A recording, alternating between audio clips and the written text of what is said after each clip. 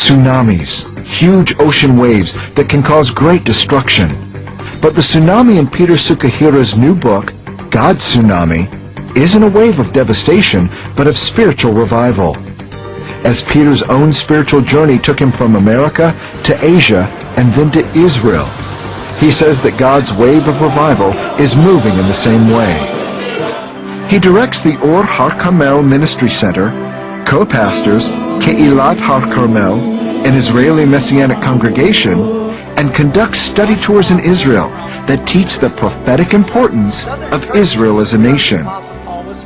Well, please welcome to the 700 Club the author of God's Tsunami, Peter Sukahira. Peter, welcome to the 700 Club. Thank you, Gordon. Good to have you here. It's good to be here. Why a tsunami? Why is that coming? What do you mean by that? And why is it coming to Israel? Well, when we look at the history of the gospel leaving from Israel in the early centuries of the church, it went west and went across through Europe, came over here to the United States, and now it's washing over the continent of Asia and sweeping across Central Asia and the Middle East back to where it began. It's coming back to Israel and the return of the Lord. Is that what Paul meant in Romans, where he talks about the ingathering of the Gentiles, the fullness of the Gentiles, That's this right. final ingathering, and then all of Israel is going to be saved? That's right. Paul says that the fullness of the Gentiles will come in, and then there'll be this national revival, a time when all Israel will be saved. I see this link up with what Jesus meant in Matthew chapter 24, when he said, "This gospel of the kingdom must be preached in all the world for a witness, and then the end will come." Today we see him, the Lord, turning his face back to his original covenant people, the Jews. And we're seeing them come to their Messiah, Yeshua, in greater numbers than we've ever seen since the days of the book of Acts. Jews and Arabs coming together to build the body of the Messiah, the body of Christ, there in the land of Israel. It's very exciting news today. Who do you think is going to be the people that really provokes Israel to jealousy? Yeah, I don't think it's going to be Americans.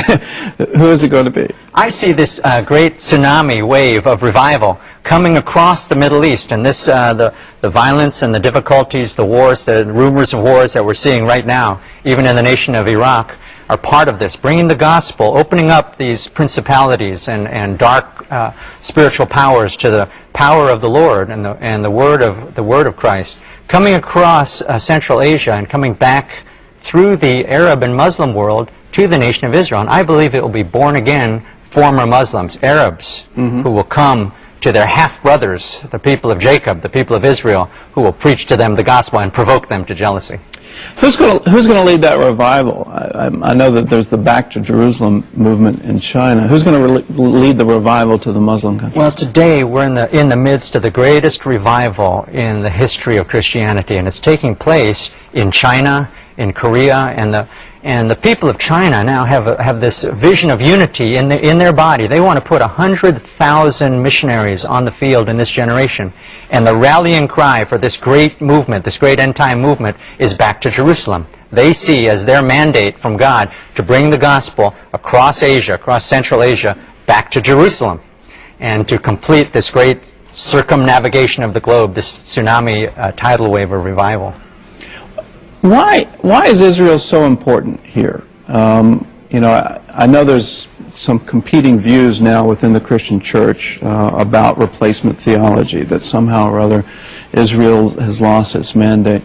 Why do you think Israel is so important, and why the establishment of Israel in our generation, in our lifetime, why is that so important? Gordon, what makes Israel significant is that today we are seeing the fulfillment of biblical prophecy. We're seeing the convergence of God's word in Scripture with his actions in history. He said long ago through the prophets of Israel, "I will scatter the nation, but I will bring them back. I will bring them back to the land of Israel. I will plant them there." And in our generation, we've seen him bring millions of Jewish people back, plant them in the land of Israel, pushing other nations aside, sparking a series of bitter regional wars. But God knows what he's doing. And it's a sign of the end times, and it's a sign of God's fulfillment of prophecy, that he has not broken covenant with his original covenant people, the Jews, and that he will not break covenant. It's a sign of his faithfulness throughout time and throughout history. God is bringing his people back, and he's bringing messianic faith into their hearts. Right now, it's tough to see this because there's suicide bombing after suicide bombing in Israel. We've got incredible violence going on in Iraq right now. What we once thought was a victory now seems to be sliding somewhat into almost a civil war between Sunni and Shiite and Kurd, and it doesn't seem to be any way for that group to come together. Then you've got what's going on in Iran, where they seem to be actively fueling terrorism. Syria seems to be actively fueling terrorism. What should Christians be praying for right now for that area? The Bible says, pray for the peace of Jerusalem. We in Israel have been standing against terrorism for more than 50 years. And I'd just like to say on this program that as an Israeli leader, we honor the people of America for the sacrifice you're making today. We know how painful, how difficult it is for your people and your troops to be in Iraq. But you're part of God's hand remolding our region and bringing about change that could not happen any other way.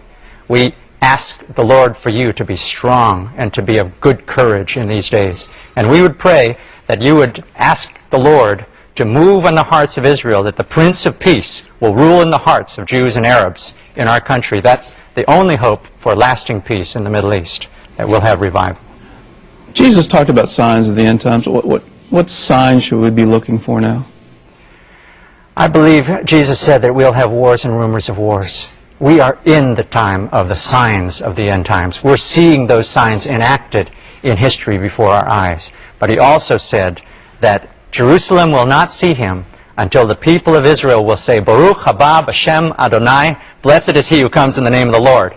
And I'd like to say, as an Israeli pastor, there are Jews and there are Arabs who love the Lord Jesus in the land of Israel today, again after 2,000 years, who will say, Baruch haba b'shem Adonai. That's a sign. All right. Amen. I'm Peter. We could talk for a long time. If you want more information about how Israel figures in end-time prophecy, you can get God's Tsunami, Understanding Israel and End-Time Prophecy. It's available at cbn.com. It's also available in bookstores. Peter, thank you so much. God bless you. God bless you. Thank you. Terry, over to you.